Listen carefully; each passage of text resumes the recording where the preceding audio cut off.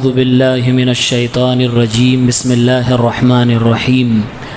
للفقراء الذين أحصروا في سبيل الله لا يستطيعون ضربا في الأرض يحسبهم الجاهل أغنياء من التعفف تعرفهم بسيماهم لا يسألون الناس إلحافا وما تنفقوا من خير فإن الله به عليم.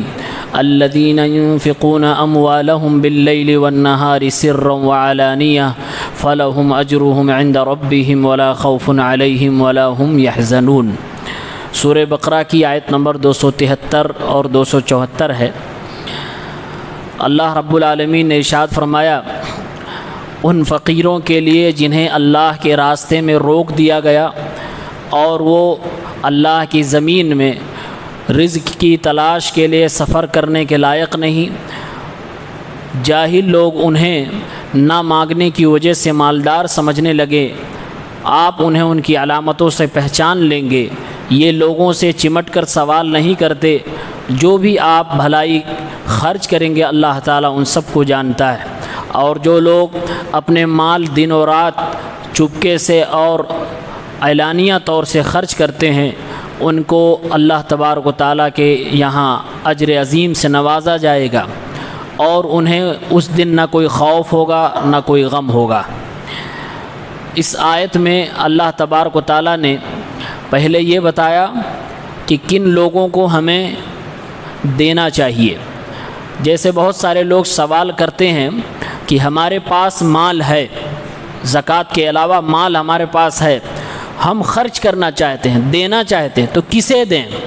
تو اسی سوال کا جواب اللہ تبارک و تعالیٰ نے دیا ہے اور اللہ نے بتایا کہ جس کے اندر 6 خوبیاں ہوں، یہ 6 چیزیں پائی جاتی ہوں، 6 صفتیں پائی جاتی ہوں، اس کو سب سے پہلے دینا چاہیے.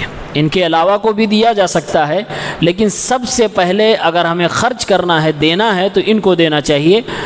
سب سے پہلی چیز اللہ نے فرمایا للفقراء، وہ فقیر ہو، الذین احصروا فی سبیل اللہ. دوسری چیز جس کو اللہ رب العالمین کے راستے میں روک دیا گیا، یعنی کسی ایسے کام میں وہ بزی ہو جس کی وجہ سے وہ روزی روٹی کا کام نہیں کر سکتا ہو.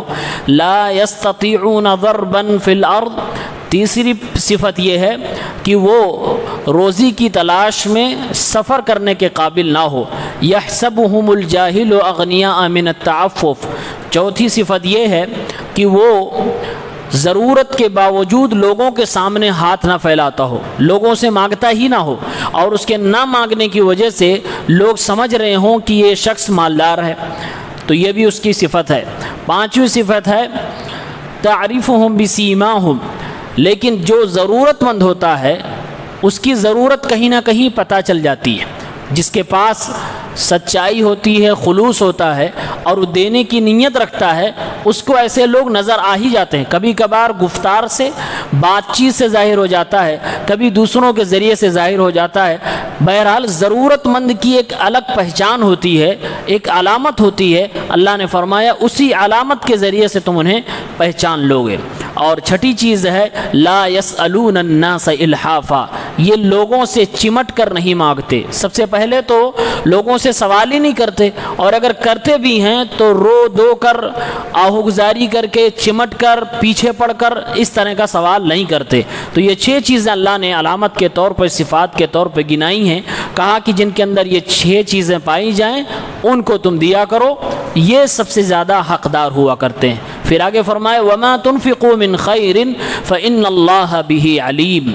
ان 6 کے علاوہ تم جہاں بھی چاہو خرچ کرو، اور جو خرچ کرو گے اللہ تعالیٰ اس کو بخوبی جانتا ہے، وہ ضائع نہیں جائے گا، رائے گا نہیں جائے گا.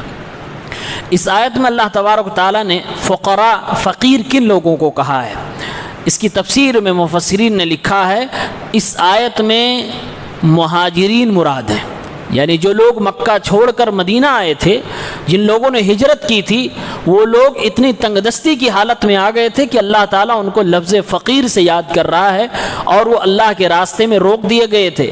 اور دین کی خاطر سفر نہیں کر سکتے تھے. اللہ کی زمین بڑی کشادہ تھی لیکن حالات ایسے تھے کہ وہ دور دراز اکیلے نہیں جا سکتے تھے, اور خودداری کا عالم یہ تھا کہ لوگوں کے سامنے سوال کے لیے ہاتھ نہیں پھیلاتے, اور ان کے نہ مانگنے کی وجہ سے لوگ سمجھتے ہیں تو مالدار شخص ہے, لیکن جو لوگ اچھے لوگ تھے وہ ان کی علامتوں سے انہیں پہچان لیتے تھے. جب مانگنے کی ضرورت آتی تھی تب بھی لوگوں سے بس ایک بار دو بار کہہ دیا, ہلکے پھلکے انداز میں کہہ دیا, اس کے بعد بات ختم کرتے تھے.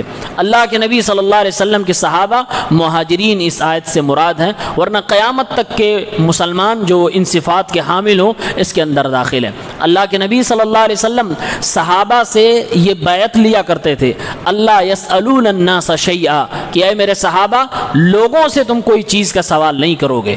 اور اس کا اثر یہ تھا کہ صحابہ کرام حتی الامکان دوسروں سے مانگنے سے بچا کرتے تھے. یہاں تک کہ ایک روایت میں آتا ہے کہ صحابی جب اپنے گھوڑے پر یا سواری پہ ہوتے تھے اور ان کے گھوڑے کا کوڑا گر جاتا تھا یا کوئی اور چیز گر جاتی تھی تو دوسرے سے نہیں کہتے تھے کہ اسے یہ اٹھا کر مجھے دے دو, بلکہ خود اپنی سواری سے نیچے اترتے اور اس کے بعد خود اپنے ہاتھ سے اٹھا کے پھر دوبارہ سواری پہ چڑھ جایا کرتے تھے. یہ اس وجہ سے کہ اللہ کے نبی صلی اللہ علیہ وسلم نے کہا تھا دوسروں سے سوال نہ کرنا. حالانکہ اس سوال میں کوئی حرج نہیں تھا, اس کو مانگنے میں, کسی سے کہہ دینے میں, اٹھا دینے میں کوئی گناہ بھی نہیں ہے, بالکل جائز ہے, کوئی اس میں غلط بات نہیں ہے. لیکن صحابہ کرام حتی الامکان بچتے تھے کہ کسی سے سوال نہ کیا جائے. تو اللہ تعالیٰ نے انہی مہاجرین صحابہ کرام کا تذکرہ اس میں کیا ہے. گویا کہ مہاجرین کی فضیلت اللہ نے بیان کی ہے کہ ان کو اللہ کے راستے میں روک لیا گیا ہے, اللہ کے راستے میں اللہ نے ان کو لگا رکھا ہے. اور یہ لوگ اتنے خوددار ہیں کہ جو لوگ جاہل ہیں, ان کے حالات سے واقف نہیں ہیں, ان کو ایک بار دیکھتے ہیں تو سمجھتے ہیں کسی جگہ کا شہنشاہ ہے, کہیں کا بادشاہ ہے.